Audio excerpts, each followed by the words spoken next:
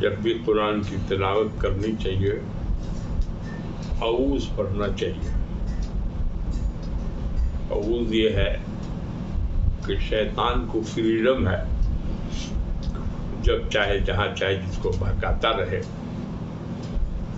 تو یہ ایک طرح سے دعا بھی ہے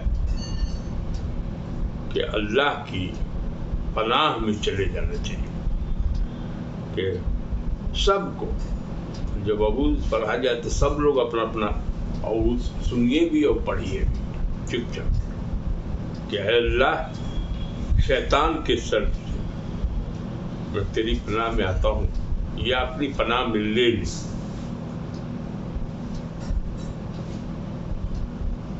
اللہ کی پناہ میں جب چلا جائے گا تو شیطان کوئی کھٹکا، کوئی وسوسہ یا کوئی بہکانے کا کام نہیں کرے گا۔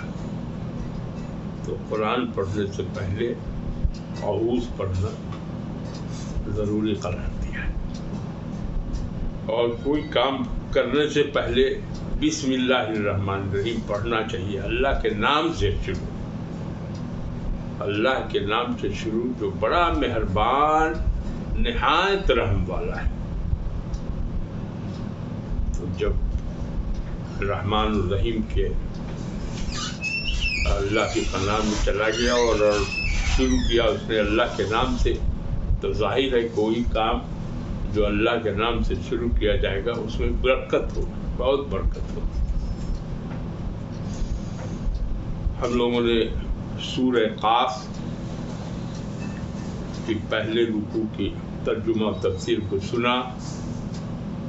آج اللہ کے فضل و کرم سے ہم لوگ سورہ قاف کی دوسری رکوع اس کا ترجمہ و تفسیر جانیں گے۔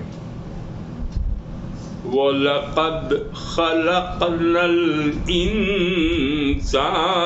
وَنَعْلَمُ مَا تُوَسْوِسُ بِهِ نَفْسُهُ وَنَحْنُ أَقْرَبُ إِلَيْهِ مِنْ حَبْلِ الْوَرِيدِ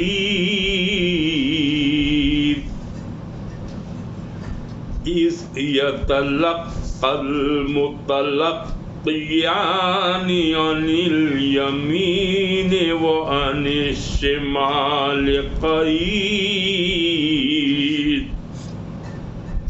مَا يَلْفِظُ مِنْ قَوْلٍ إِلَّا لَدَيْهِ رَقِيبٌ عَتِيدٌ وَجَاءَتْ سَكْرَةُ الْمَوْتِ بِالْحَقِّ ذَلِكَ مَا كُنْتَ مِنْهُ تَحِيدُ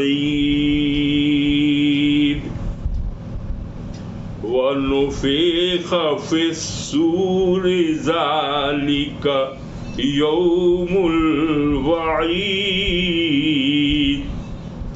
وَجَاءَتْ كُلُّ نَفْسٍ مَعَهَا سَائِقٌ وَشَهِيدٌ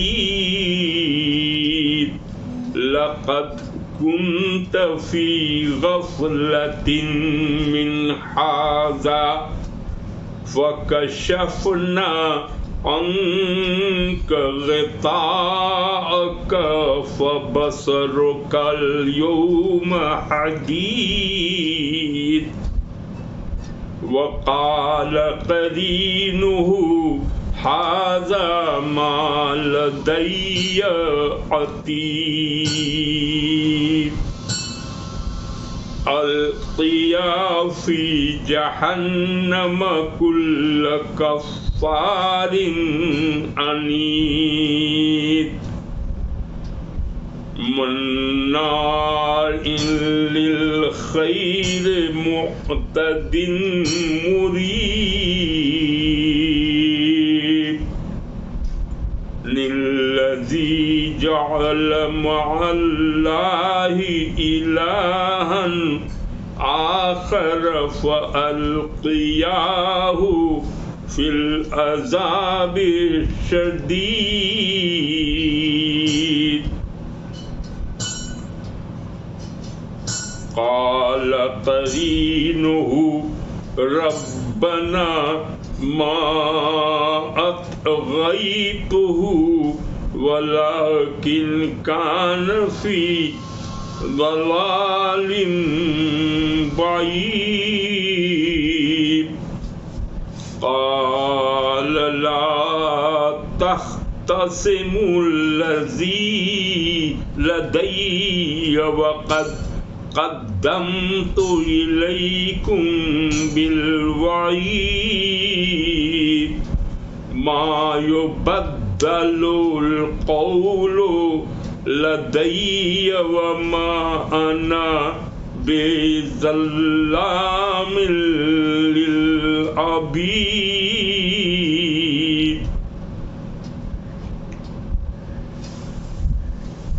یہ اللہ تعالی فرما رہا ہے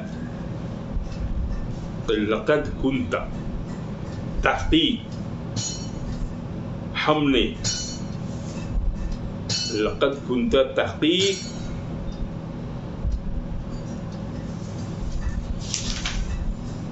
وَلَقَدْ خَلَقْنَا الْإِنسَانَ وَلَا نَعْلَمُ مَا تُوَسْوِسُ بِهِ نَفْسُهُ.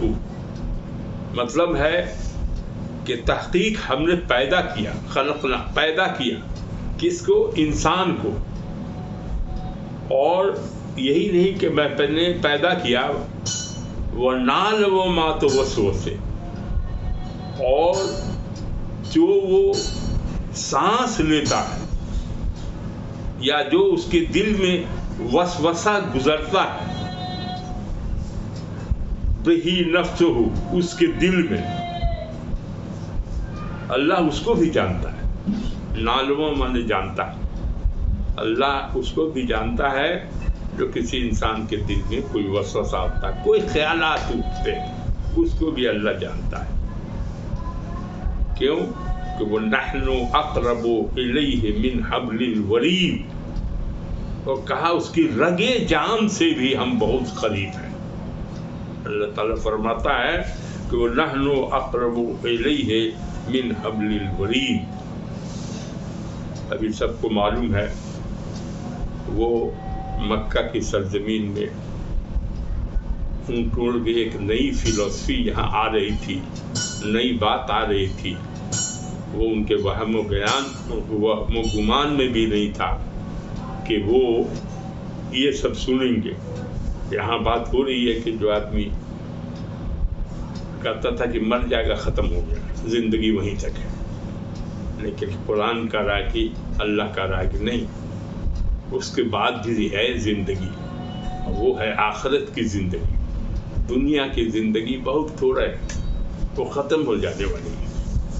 اور جو عقبہ کی زندگی ہے، آخرت کی زندگی ہے، وہ بہتر زندگی ہے اور وہی باقی رہنے والی ہے.